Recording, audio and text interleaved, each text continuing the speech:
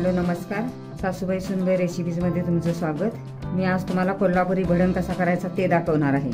पिवळा भडंग।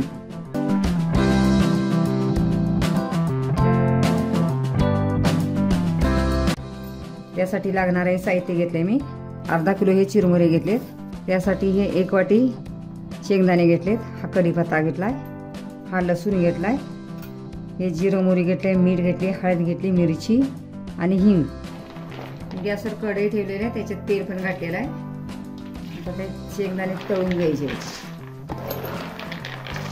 शेंगदाणे मी असे निवडूनच घेतलेले आहे, आता कुजलेले पण असतात, त्यामुळे घेताना निवडूनच घ्यायचे। चांगलं असं परतत राहून असं भाजून घ्यायचे, चांगले तळून घ्यायचे। आता 1-2 मिनिटं झालेले आहेत, अजून 1-2-3 मिनिटं व्हायला पाहिजे। चांगले असं भाजून घ्यायचे।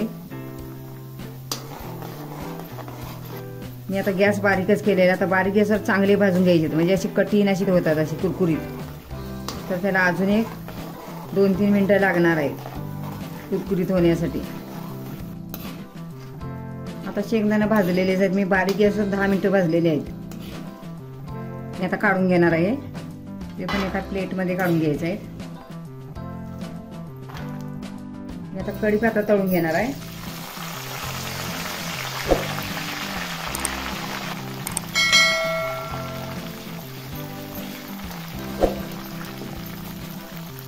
आता कढीपत्ता हा तळलेला आहे, आता हा पण मी काढून घेणार आहे प्लेटमध्ये। ह्या प्लेटमध्येच मी आता काढून घेणार आहे शेंगदाण्याच्या। हे असं सर्व सामान्य तळून असं सेपरेटच काढून घ्यायचं, चिरमुऱ्यावर नाही ओतायचं। आता त्यामध्ये मिरची तळून घेणार आहे मी। गॅस माझा बारीकच आहे, मी बारीक गॅसवरच तळून घेते सर्व। आता मिरची तळून झालेली आहे, ही पण मी आता काढून घेणार आहे।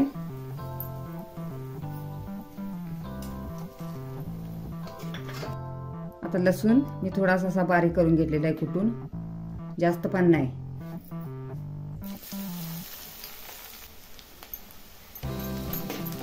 आपण चांगला असा तळून घ्यायचा लसूण, कच्चा नाही ठेवायचा।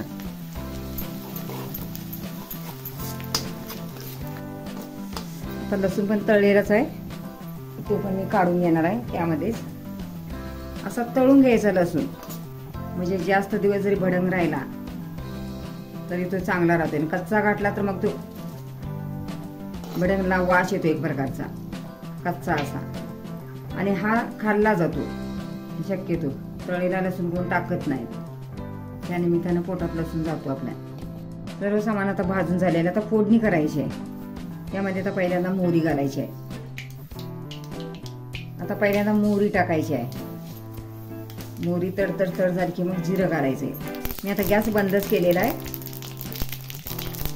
कारण का जिरं पटकन जळतात, त्यामुळे मी आता जिरं आता टाकणार आहे आणि गॅस बंद केलेला आहे मी। आता त्यामध्ये चवीनुसार मीठ घालायचं आपल्याला, तर 1-2 चमचे आहे मीठ। आता ह्यामध्ये मीठ टाकलेलं आहे।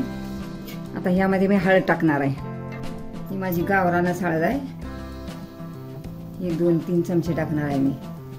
चांगला कलर पण आला पाहिजे आणि शरीराला हळद चांगली पण असते। हा पिवळाच भडंग करायचा आहे, त्यासाठी मी आता हिंग आहे, हे छोटे चमचे आहेत,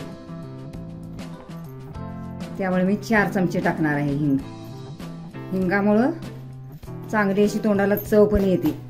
माणूस जरी आजारी तापा थंडीचा असला आणि हे हा जर भडंग खाला तर त्या माणसाच्या तोंडाला चव पण येत, त्यामुळे असा करायचा आहे हा भडंग, पिवळा भडंग कोल्हापुरी। मी आता फोडणी करून घेतली आहे, यामध्ये मी आता टाकणार आहे। त्याला आता सर्व चोळून घ्यायचं आहे एक जीव करून। आता सगळं मिक्स करून घ्यायचं आहे।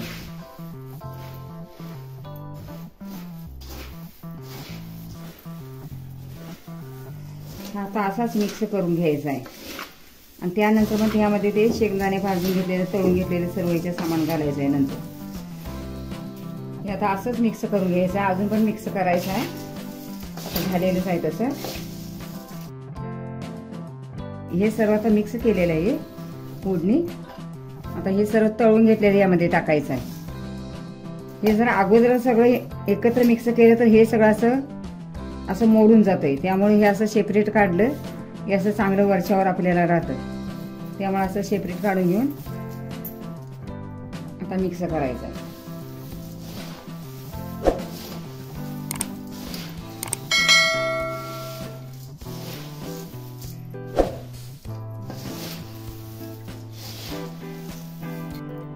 आता हा झालेलाच आहे भडंग. त्यामध्ये मी थोडीशी साखर टाकणार आहे चमचाभर. तुम्हाला पाहिजे असलं तर टाका, नाही तर नाही टाकली तरी पण चालते. थोडंसं मीठ मिरच्याचं बॅलन्स होतं म्हणून थोडंसं टाकायची चमचाभर.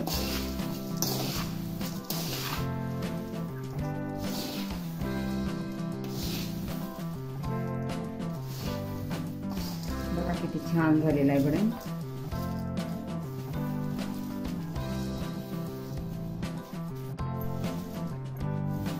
खाण्यासाठी तयार आहे भडंग. पिवळा भडंग असेल कोल्हापुरी.